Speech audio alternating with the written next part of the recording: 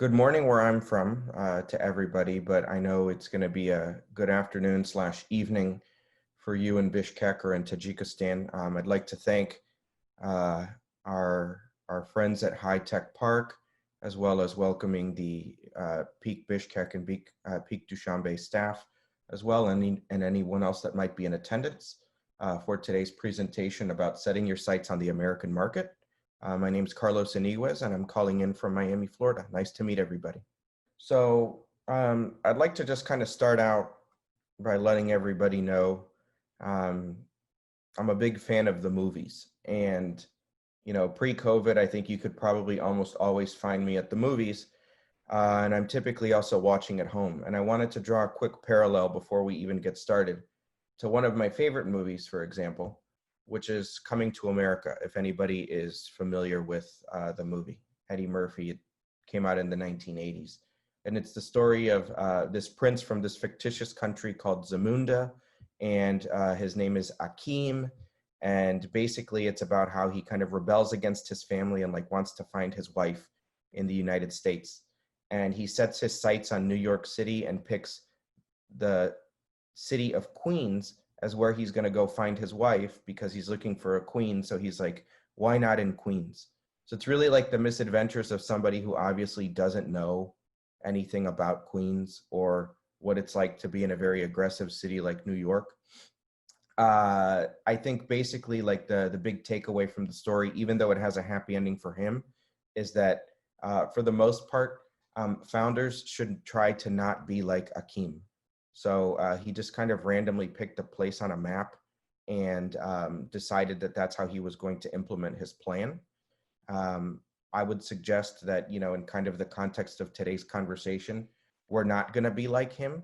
As funny as the movie was and as good as the movie was, there's a lot of other factors that could have potentially brought about his ultimate failure. So tip one that we're going to start off with is don't be like Akeem. My discussion today is going to look a lot like, so here's how not to be Akeem. I guess you're here because you're interested in the United States, and you're probably interested in maybe coming yourself to the US to work on the company that you might be commercializing in Kyrgyzstan at the moment. You might be interested in sending a pioneer team out to open the market for you, or you might just be looking at serving the American market from Kyrgyzstan, you know, at which point you'd be purely remote, selling across border. But the big question to ask yourself is why, right? Why would you want to do this? Why now? Why 6 months from now? Ask yourself this question over and over and over again before you do it, not because it's particularly a good or bad decision, but because of everything that we're going to talk about in the future. So there's a lot of implications to making the decision to come to the United States. And in today's talk, we're really going to go over a couple of things. I'm going to try to keep it very quick and conversational. So the first one is just really going to be to understand of, you know, like getting to know the landscape in the US. We're going to start going over the groundwork of how to get here, actually preparing with like a type of plan and setting some infrastructure up, and then thinking about once you're here, what do you have to do or what should you do? So the first part is getting to know the United States. Итак, Карлос сегодня затронет несколько тем. Одно, он советует всем интересующимся либо переехать в США, либо начать там свой бизнес, либо дистанционно управлять бизнесом в США, спросить сначала себя, почему вы этого хотите, так как это очень важно. И сегодняшний вебинар он у нас будет такой очень легкий, такой разговорный. И первое, о чем мы поговорим, это какую нужно провести работу, чтобы подготовиться, как познакомиться вообще со страной, дальше как подготовиться и что делать, когда вы уже там. All right, we can move on. Great. So we're really going to dig into understanding and getting to know the US a little bit more away from, you know, some of the things that we might have heard. So it's a pretty robust market for goods and services. Over $13.3 trillion, you know, exchanges hands at multiple different levels across multiple different industries. think one of the most important things and interesting things to look at is that, you know, from the United States, you also have access to almost 1 billion people, around 250 million people, through free trade agreements with these different types of countries here that you can see on this list. I won't run through each and every one of them, but you know, that's a lot of markets that you can hit from the US and benefit from, depending on the type of, you know, good or service that you are commercializing with these free trade agreements, or FTAs that we call them. In total, the population size of the United States is a little over 330 million. We're in the middle of a census this year, so I know that by next year, numbers will, you know, reflect more accurately what the real landscape looks like. But of this, I think one of the big things to focus on as well is also the GDP per capita, which is at a little over $62,000. But that story only paints, you know, like a very broad stroke, and again, still a generalized picture of the United States. I think some of the things to hone in on a little bit more, over 70% of the US lives in some sort of urbanized environment or suburban environment. 21% really focuses or lives in a very sort of like less dense rural type of environment. But it's still a huge market, you know, 60 million people even that live in small population areas. But, you know, well over 250 million people are concentrated in urban environments. Despite how big the United States is, right? We're all kind of concentrated along coastlines for the most part, and in certain other population clusters around the rest of the country. So it's more important actually in the United States to think a little bit smaller. So not looking necessarily at the national level, but looking more at the regional level. So generally speaking, the US breaks up into 4 different like main regions. In blue, you have the West, the Midwest in green, the South in red, and then the Northeast obviously in some sort of like yellow over here. Really what this is kind of talking about is more of the nuances of understanding the United States, and whether it's looking at culture, age, religion, race or ethnicity, even language, and certainly politics as well. I didn't want to talk about it as much because it is an election year, but all of these different factors play into how we're supposed to, you know, work and navigate sometimes very, very different and seemingly contradictory environments. So much so that in certain places, you would even assume that you're probably in a different country, because it, you know, although they might speak relatively the same language, what drives people to, you know, think and act and feel and believe certain things is a product of where they live. And certainly this regional approach helps to understand those nuances a little bit more.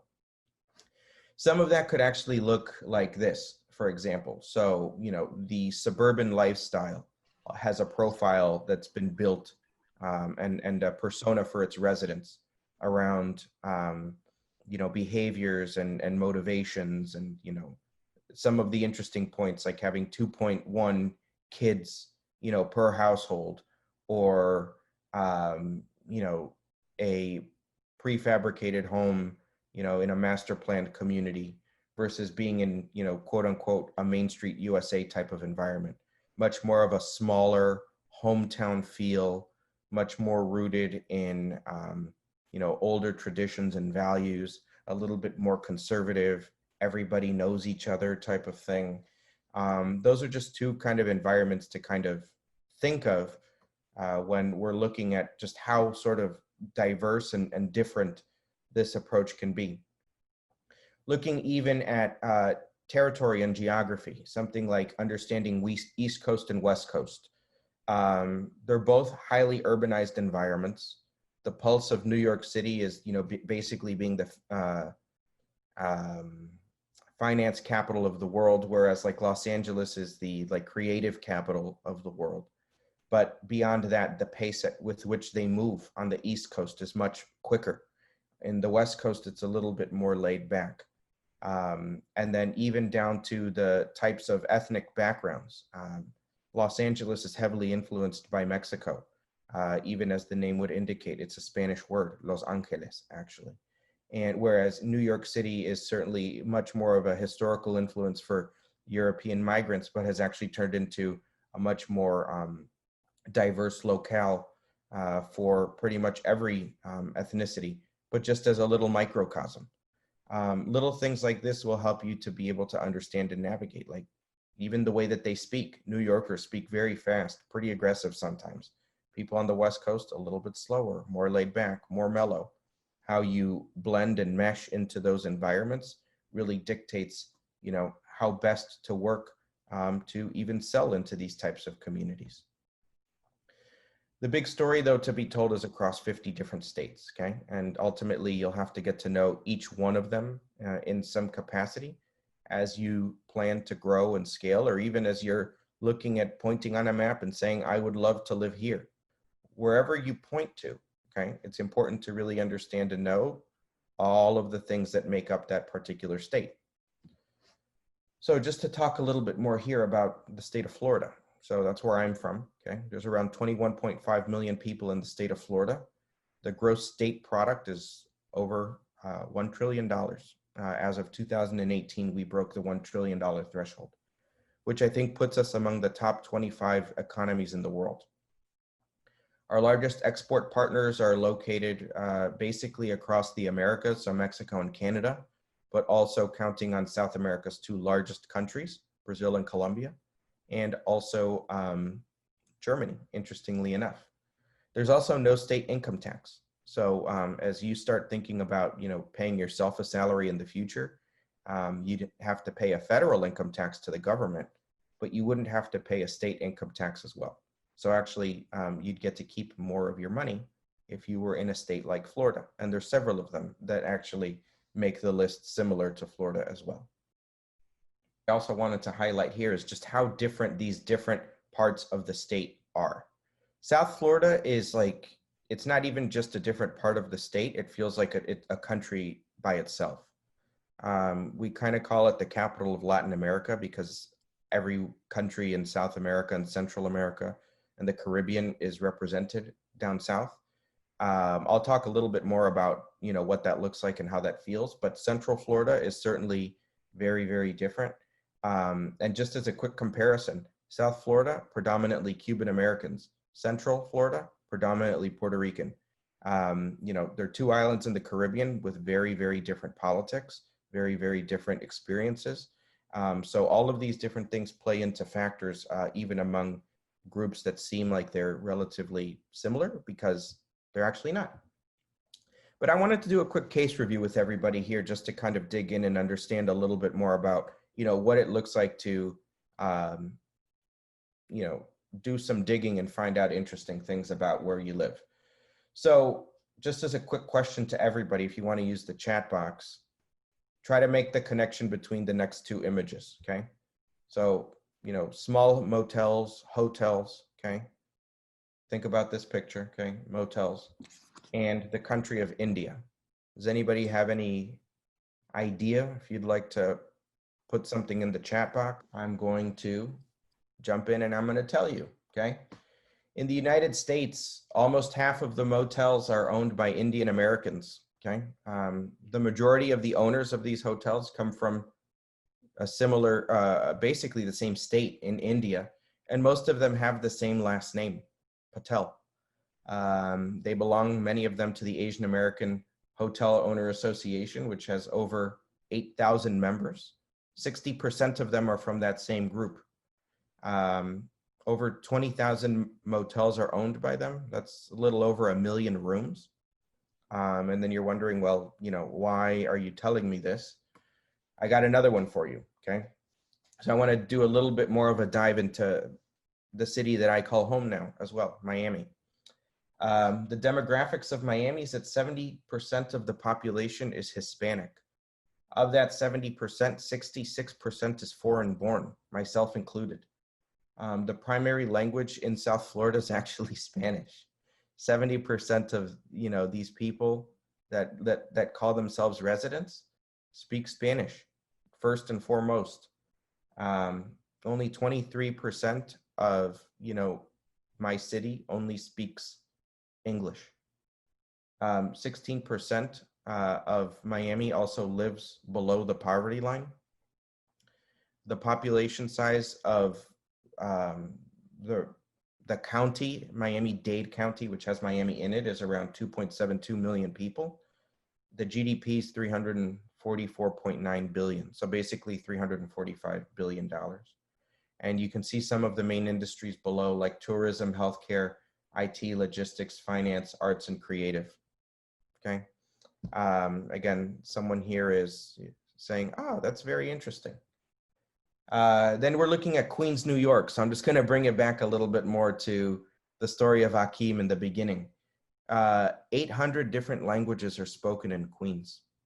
It's the most linguistically diverse community in the world, right in this little burb of New York. Among that as well, almost every country on earth counts at least one person from their country as a resident in Queens. And you can find basically every different type of food there as well.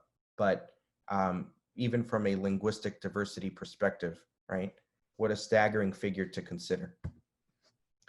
So you might be asking yourself, Carlos, like, how was I supposed to know that, right? What's the purpose? And I think pretty straightforward, okay, for me.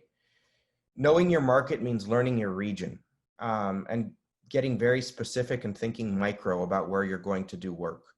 So if you are doing, hotel or, any type of hospitality management type of work, knowing that figure or stat, if you're thinking about coming to the United States, about, the Patel family or their dominance over a particular market like hotels, is very valuable because it helps you get into associations, because it helps you to create marketing materials to be able to target, over 1 million rooms worth of potential business for you.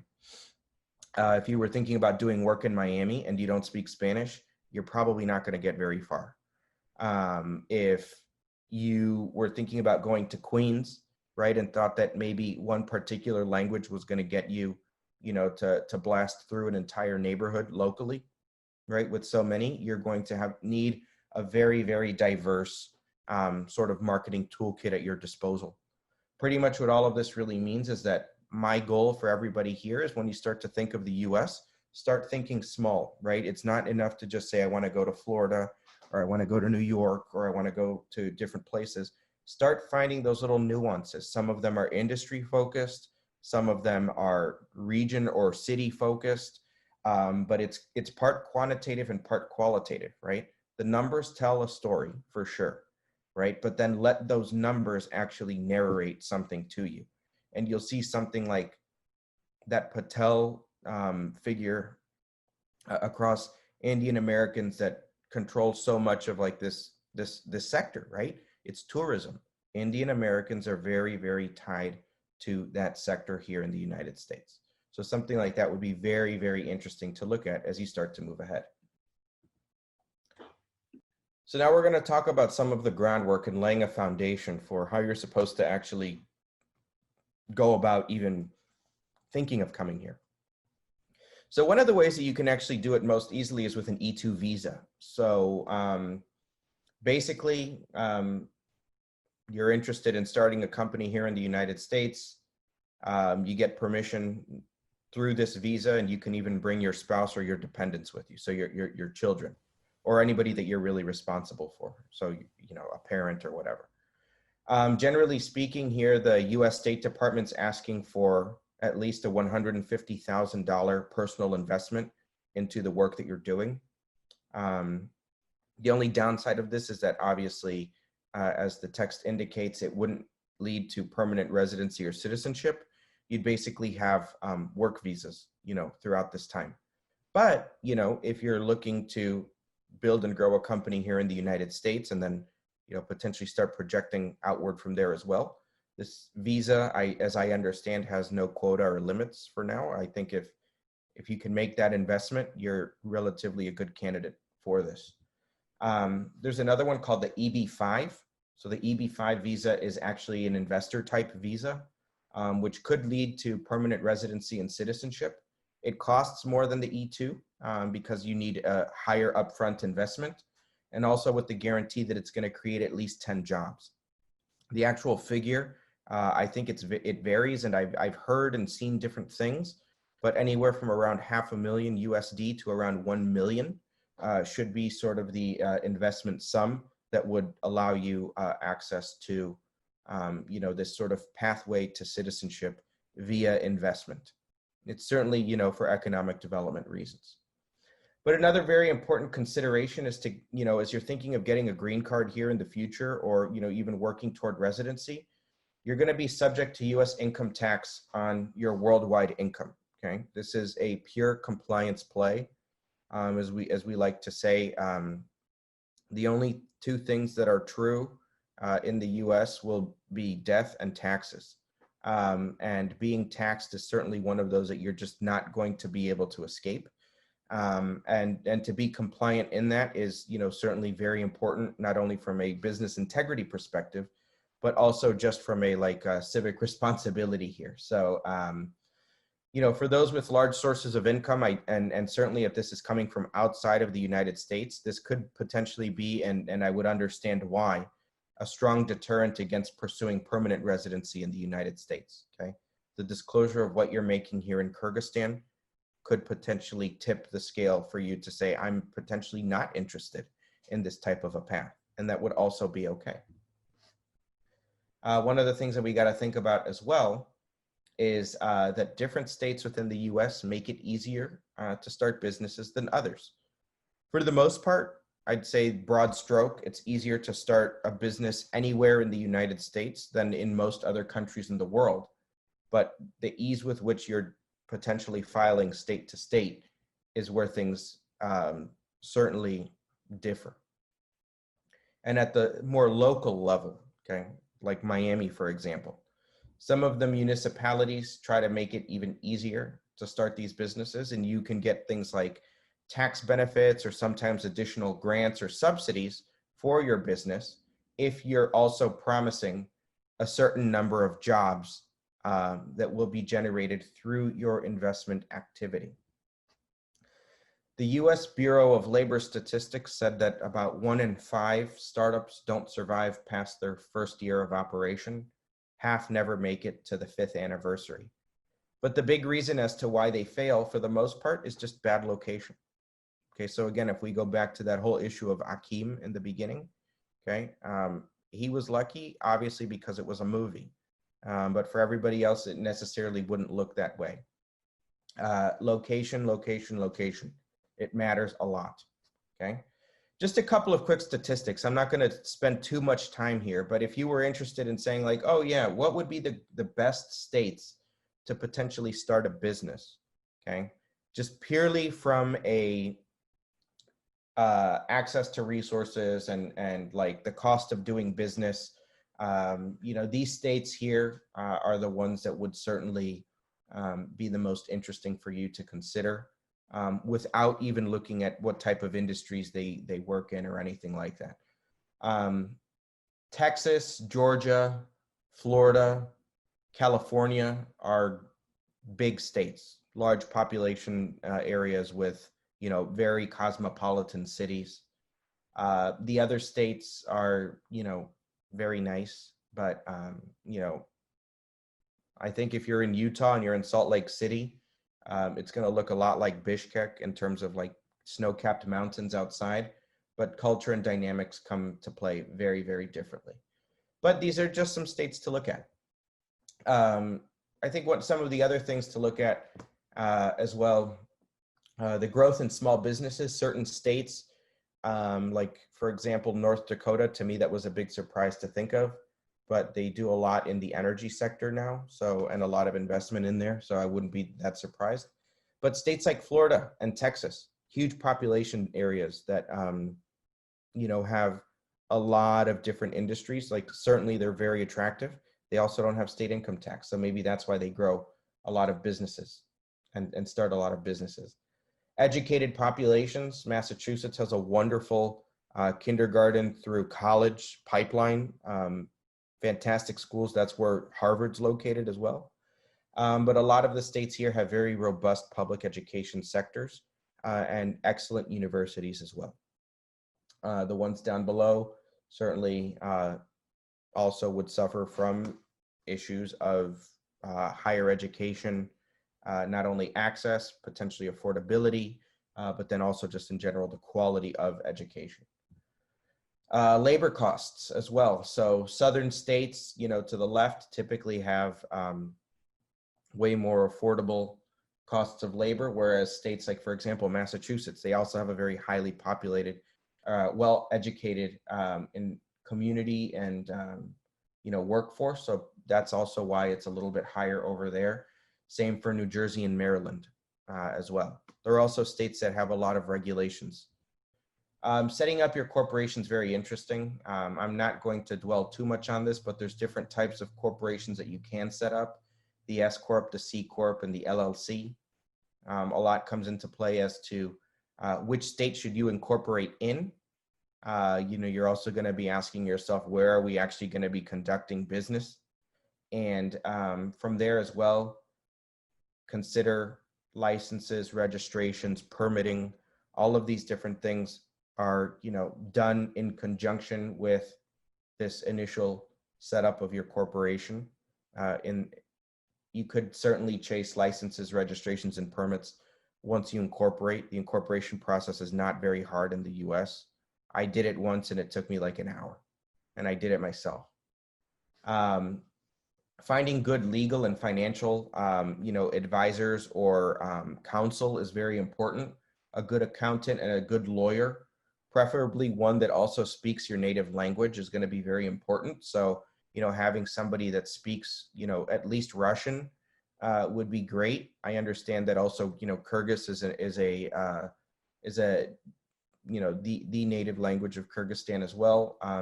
I would assume that probably if you're in Chicago, you can find someone who speaks Kyrgyz. But those people will really help you to navigate the complexities and nuances of the legal and the financial journey that you're going to be going on. And they're also going to be the first ones to be able to tell you, hey, here are some of those regulations that you have to keep an eye out for that are federal, which ones are state, and then what is, you know, necessary for compliance at the city or municipality level. By extension, it also means that you can do some of this yourself, okay? I certainly don't suggest that anybody here just kind of comes in cold and decides to do everything themselves. It's cheaper. It's also better in the beginning if you at least just learn some of these parts yourself, because it will help you to not have accountants or lawyers start setting up these crazy packages that they're going to sell you for help. You can figure out some of the easier things that you want to do, like potentially filing a corporation is not that hard. And then maybe you just, you know, use that documentation and take it to an accountant. But again, the other thing that you're going to have to consider are those federal, state, and city regulations for the work that you're trying to do in whatever sector. It's very, very important. Okay, you can't overlook that, because, you know, that's basically like killing the company before it starts if you skip one of these things. Certainly, at best, it would be at that a roadblock for you to overcome later. If you're saying to yourself, wow, this is a lot of things to think of, I know, and it's, you know, taxing as well to have all of these things in your mind. You could just think, you know what, I'm going to stay in Kyrgyzstan, and you can certainly do that and still incorporate as well. I think the only thing that you can't do is an S Corp from being a you know, a foreigner, for example, but the US doesn't restrict, you know, that anybody to own most types of companies. So if you're not a resident of the US or you're still living in Kyrgyzstan, you can still own parts or whole, you know, or your whole company as well. So certainly thinking to sell across borders just fine. But again, you know, I think in context of this discussion, there's some nuances that you're going to have to think of how you're going to do it best. And I think that still finding a way to come to the US is probably the most profound way to grow your business. All right. So the next part that we're going to go through is, just kind of getting ready and after you've thought about those foundational pieces, what next? So soft landing's a big one. Okay. Soft landing's really thinking about picking your location, making connections, looking for local partners to help you prepare for your arrival. Some of the questions that I, typically ask when people come to Miami and I do this work with them is, why did you pick Florida? Why did you pick Miami in particular? Who have you connected with already? Do you already have leads or anything like that that are, kind of coming around from the community that you're looking at?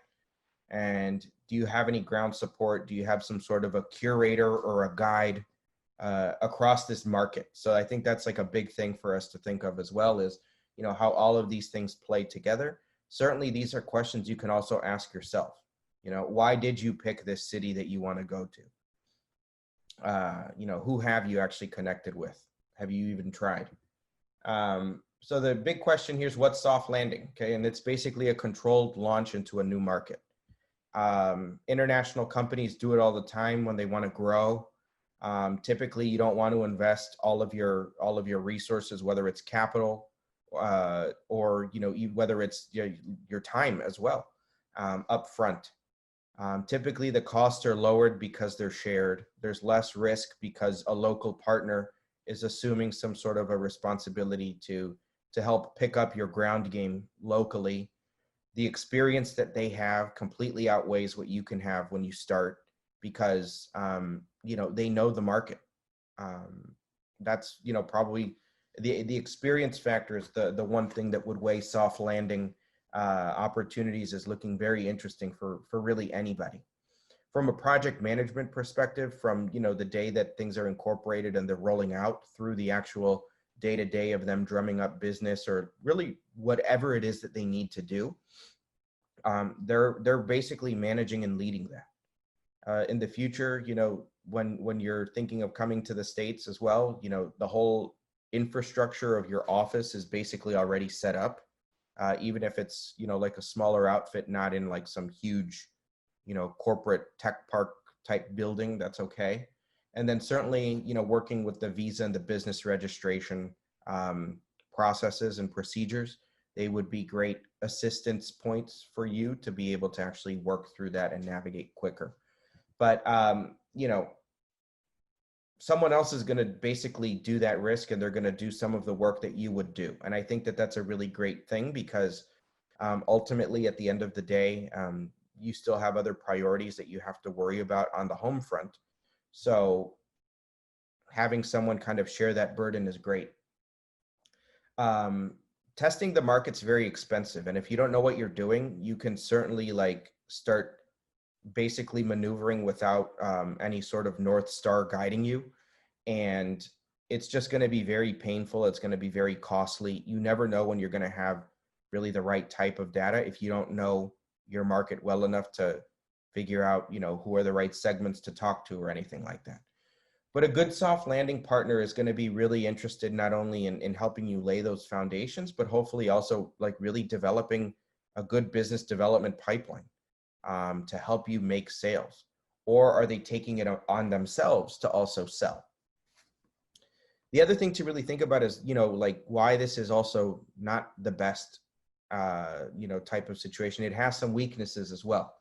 Nobody's really ever going to be as passionate about your product or service as you. Okay. So asking a soft landing partner to kind of be as committed as you are on any given day to the work, I just don't see it happening, at least not consistently. Outsourcing will kind of erode your control at the end of the day. You're most likely going to have to defer to somebody that just knows the market better, even if you might know your product or service, at the best. Meaning that you're probably going to have to come stateside anyway to, kind of take control and just kind of understand. But at that point, you're going to be starting fresh.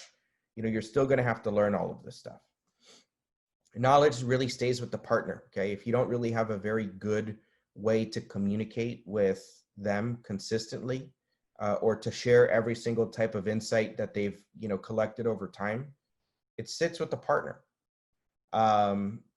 not all soft landing partners are just very committed to just one individual. And in fact, most of them are committed to many, meaning that, you know, if they're true to their mission or word, hopefully they're delivering on that. But when they're overcommitted and they're spread very thin, it gets very hard to think of, you know, are they giving me all of their time or the best parts of their time and attention or energy? So just a couple of things to think of, okay? There's certainly some really good things, and then there's also these weaknesses, which basically means that ultimately at the end of the day, you know, do your own market research still, really study some of these geographic nuances, understand the industry and the segment that you're working in, look at LinkedIn, you know, network with individuals and professionals that are currently in the segments that you're looking to serve and sell into. Start surveying them, you know, gauge interest, do some light digital marketing that's very targeted. And then ultimately, like, find a soft landing program that you think is gonna, that feels right, but that also just looks good. One that gives you the ability to also build capacity in yourself as an executive. So someone that helps you to do that market research better, someone that helps you refine and hone your sales strategies or your skills would be, you know, immensely valuable, because, you know, at the end of the day, you can take those skills into this business, but also into 10 or 20 others as well in the future, really as many as you would need to start. So a good soft landing partner will also lead with an education focus as well. They're going to help you understand the market. You don't want them to just be outsourced work. They're going to connect you to partners. They shouldn't be demanding anything like extra on the side. So there's a cost for their service. I think that if they were then saying, well, let's do, you know, let's change the term 6 months in, you know, that's a clown, and no one likes clowns. Don't split equity as well. Pay for your services, but then also set milestones, okay? So if they're not hitting their targets, find somebody else, but be very realistic. So, you know, 1 month into your operation, I don't think you should be expecting to sell $1 million worth of, you know, either it's your inventory or your services. You know, make sure that these are things that are also attainable, which means that you need to learn and understand a lot about your sales cycles and markets here in the States.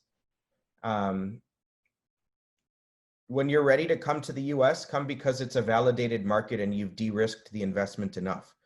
Especially if you're thinking about coming yourself with your relatives, you know, with your husband or wife and your kids, you know, maybe with your parent or whatever that you're taking care of. I mean, these are things like you're uprooting an entire family. Make sure it counts, okay? And that you're doing it for the right reasons. You know, the last thing to kind of think of is, you know, everything that we talked about was, you know, all of that preparation work.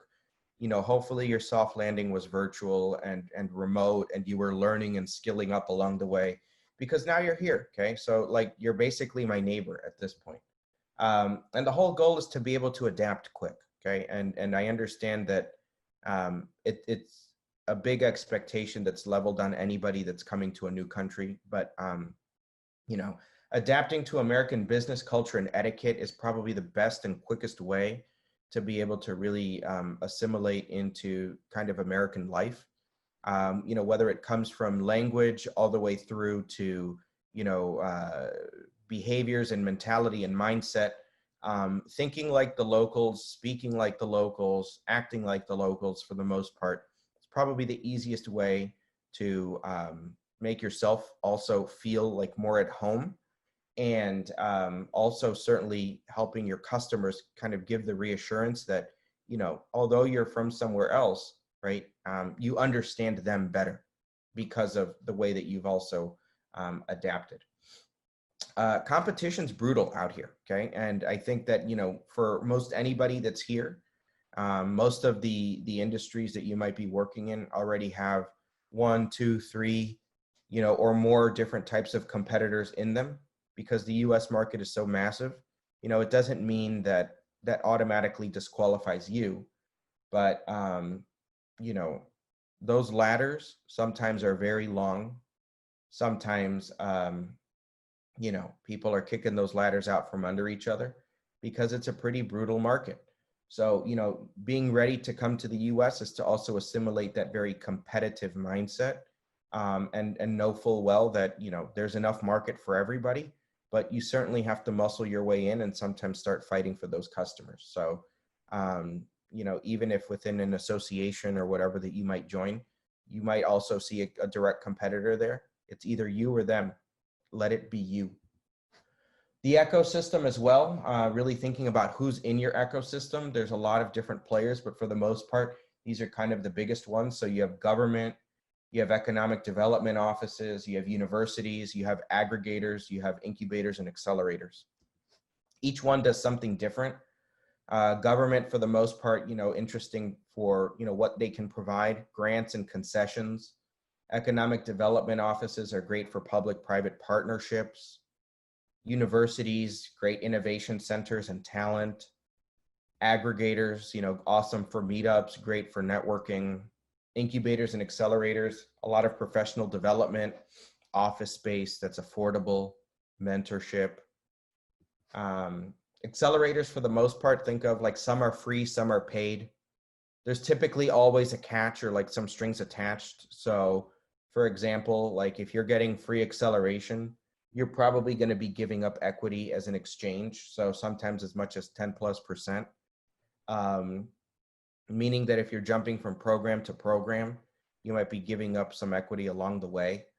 There's also paid acceleration. It could get expensive, but it feels a little bit more like personalized and tailored to you. Historically, accelerators have been very much about the live experience. So if you're like new to the United States, for example, and you moved to, let's say, Chicago, and then 3 months later, you're going to be applying for like Y Combinator, which is in San Francisco. I mean, you just moved to Chicago, so it might be tough to think of having to go somewhere else for a few months to then come back. You're going to see a lot more hybrid options coming online. And I think, over the past year already, we've seen that trend. Virtual acceleration is the best friend for you as a soft lander because, you can kind of skip some of these steps and start doing that work in Kyrgyzstan, as you're getting your documentation ready to come to the United States. Or maybe as you're already in your new city, you're doing virtual acceleration with some great program, somewhere in the US while you're still at home, okay? Accelerators are great, incubators are great, but they are programs. And at the end of the day, you still have to do business. But to get the best benefit out of an acceleration program, you do have to commit the time to be able to, show that you're working for the program so that the program can then later work for you. That means access to the network, access to investors, and all of these different things. Okay, economic development offices, which we call EDOs. Their success is your success, but the big thing is like, you have to ask yourself these questions, okay? Are you big enough for their attention? Are you strategically important for the local economy? You could potentially get some nice concessions, okay? And you have opportunities to work with government. But if you're starting small, if it's only you coming over to start up the company, you're probably not going to get noticed by them, and that's okay.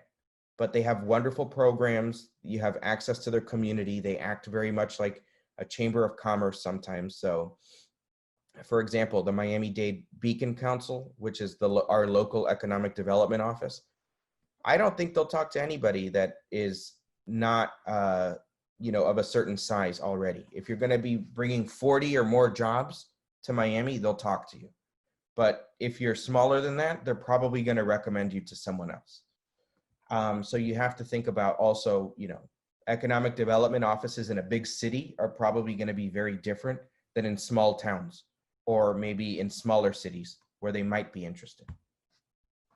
Universities, so College of Business, innovation centers, and things like that.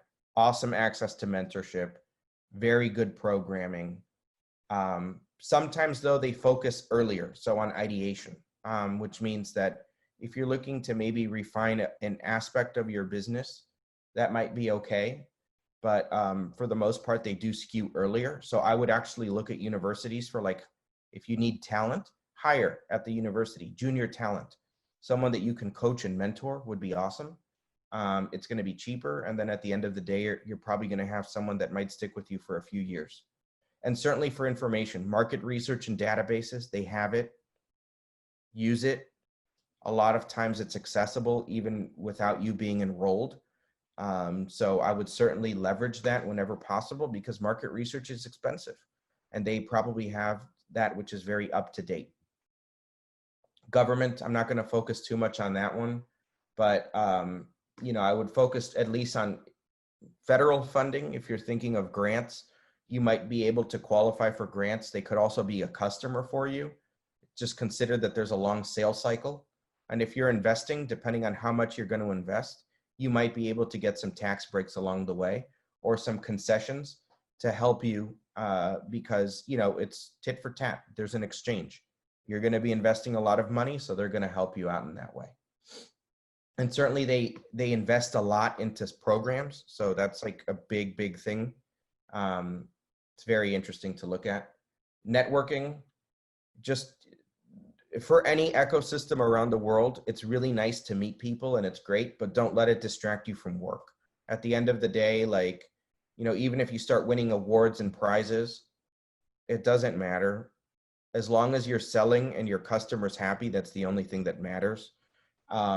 So like, don't play into the digital marketing hype or any of these things, like, you know, getting invited to conferences and all of these things. Just do good work. Focus on doing business the right way, network strategically. A lot of times you're going to notice in the ecosystems, it's a lot of the very young startups that are networking, and they're typically networking with other juniors as well. So, you know, you might be able to get some kind of benefit out of it, fine. But the serious business people know that they're actually doing work all the time. They might attend an event here or there. You know, they might go to the big things that are happening in the ecosystem, but they keep it at that. At the end of the day, your goal is to immerse yourself in your community, really become one with that network.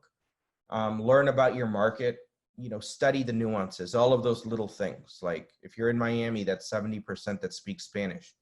In addition to learning English, you should learn Spanish, okay? Sell, okay? Always try to sell, implement what you're learning in real time, and then network with people to find partnerships wherever you can. Look for the win-wins. Make sure that the relationship goes beyond you shaking hands with somebody and then saying, yeah, we're going to work together, but you don't. Keep them honest to what they said, and hopefully they're doing the same to you. Remember, at the end of the day, you still have a business back in Kyrgyzstan as well, so you can't ignore it, okay? The American adventure, as fun as an exciting thing as it might be, still needs you to take care of Kyrgyzstan as well, or the other markets that you're serving through Kyrgyzstan. So you might be on your way to be a citizen and a resident, but you know, you still got everything back at home. Here's some good resources to think of. So Select USA, anybody that's looking to come to the US, look at Select USA. There's a ton of opportunities that they have, so many resources. It's through the US Department of Commerce. They're looking to attract you to come to the States. They'll have awesome resources and opportunities that will hopefully be very attractive to you. If you're looking, for example, and you're saying, hey, Carlos, I want to be your neighbor. I want to come to Florida. Come on over. Come look at Enterprise Florida. So that's the Economic Development Office of the state. There's a lot of resources, great statistics, wonderful network of partner organizations and just different people that can help you. The Kauffman Foundation is really good. They have a lot of support and resources. They donate to programs. They also provide grants to companies. They do a lot of research. This stuff is great, really good stuff. And then some stuff that's Kyrgyz specific. So if you're, you know, looking to network with Kyrgyz people while you're in the United States, here's some really good organizations that I found. Some of them are a little bit more cultural. Some of them are more market and business focused. I think you need both. At the end of the day, you really want people that are, you know, focused on you and will look like you and speak like you and share your culture as well. You know, if you can bring a little slice of Kyrgyzstan, you know, away from Bishkek or wherever you're from to the United States, it helps you do business here as well. They might help you connect into their networks as well. So there's a lot of awesome opportunities that, you know, you can also leverage just by finding people that are from where you're from. So here's a couple of great resources as well, including obviously the embassy, which would be the voice of your government in the States. So it's always nice to, you know, have them in your back pocket as well.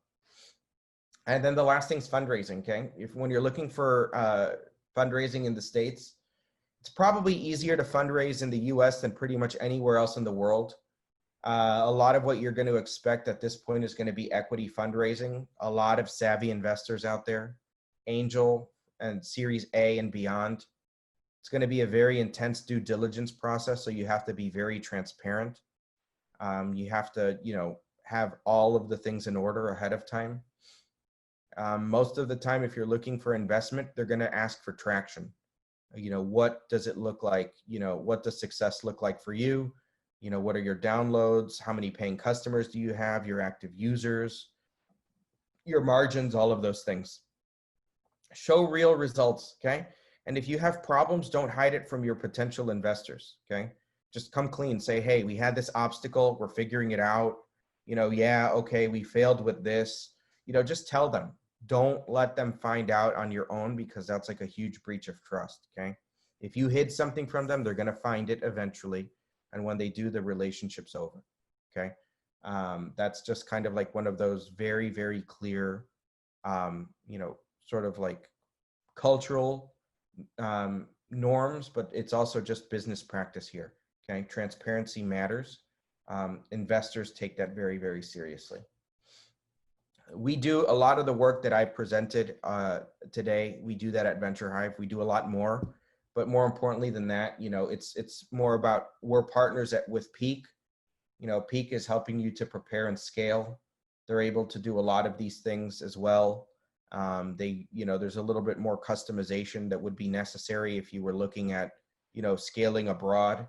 But, you know, there's a lot of resources that are available through PEAK, and I'm sure as well through HTP, that would be able to help any one of you on your journey to the United States.